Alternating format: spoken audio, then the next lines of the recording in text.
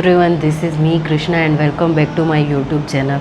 तो अब next topic हम शुरू करते हैं, higher educational signal theory and human capital theory. तो ये जो दोनों थियोरी है उसके बारे में हम पढ़ेंगे और इस वीडियो में खाली इसके ऊपर ही बात करेंगे कि जो एजुकेशनल सिग्नलिंग थियोरी है वो क्या है और ह्यूमन कैपिटल थियोरी है वो क्या है। जैसा नाम है वैसे ही अंदर है, but still I am making you sense.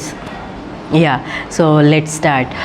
The educational signaling theory है वो क्या है कि उसमें जिसने कंट्रीब्यूशन किया है उसका नाम जो ऊपर आता है उसमें आएगा मिकेल स्पेंस। तो इसका नाम हमें याद रखना है। And it suggest that individual workers innate productivity levels that are identified by their years of schooling rather than the enhanced by them। तो कोई भी जो स्कूल या कॉलेज में जितने ईयर और जिसकी जितनी डिग्रीज़ होगी उसको ज़्यादा उतना पेमेंट मिलेगा, ऐसा कहना है सिग्नलिंग जो थियोरी है उसका। ठीक है, this suggest that more educated workers receive higher pays as education provides them a credential than the workers who has acquired skill. तो इसमें ऐसा है कि जिसने बहुत सारे डिग्रीज़ और जिनके पास एजुकेशन काफ़ी अच्छा है उनको अच्छा पेमेंट और सैलरी मिलेगी वैसा। ठीक है, तो इसमें ऐसा आएगा कि every individual have different innate levels of productivity, this are not affect by their education.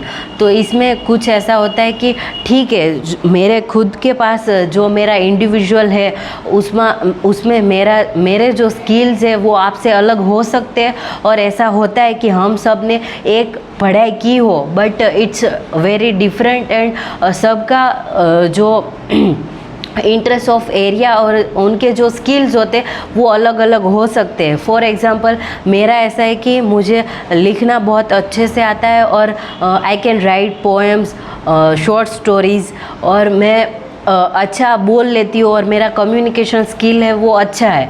तो ऐसा नहीं होता है कि सबके कम्युनिकेशन स्किल्स अच्छे ही होते हैं।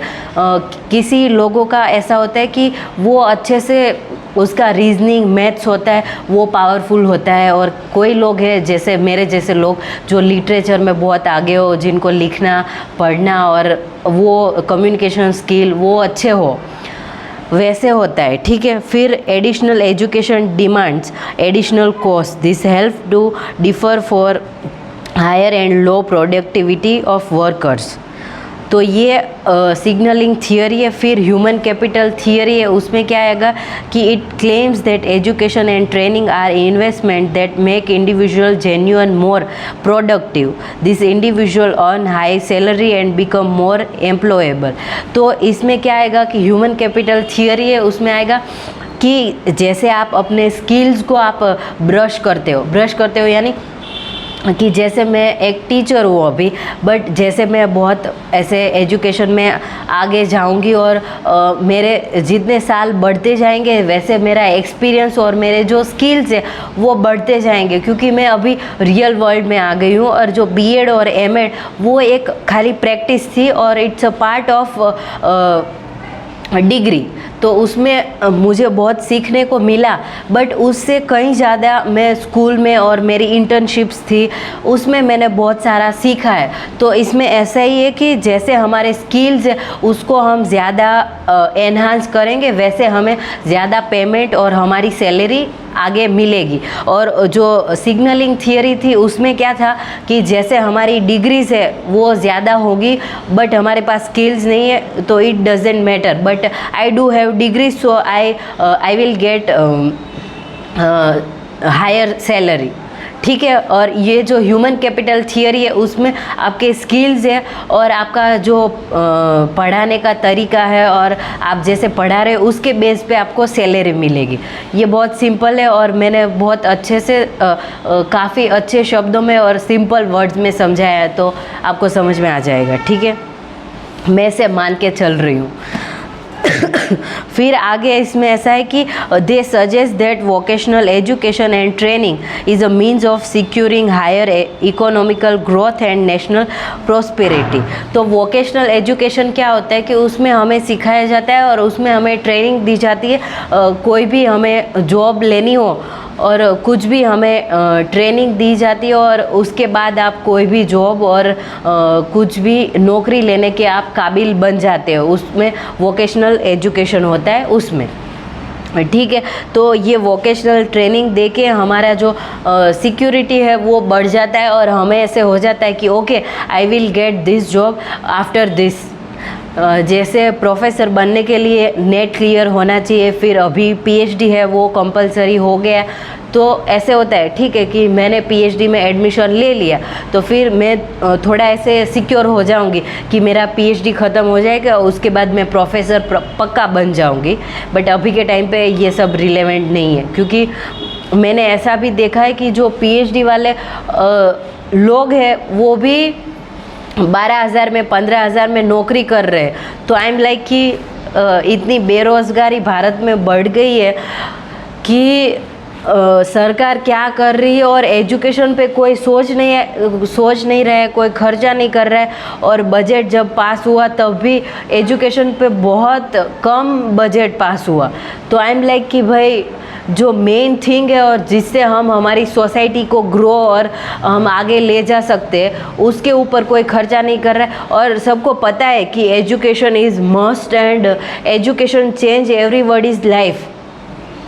सबको ये चीज़ें पता है कि एजुकेशन से सब लोगों की लाइफ चेंज हो सकती है। और एजुकेशन एक ऐसी चीज़ है, एक ऐसी पावर है जिससे आप रंग से राजा बन सकते हो।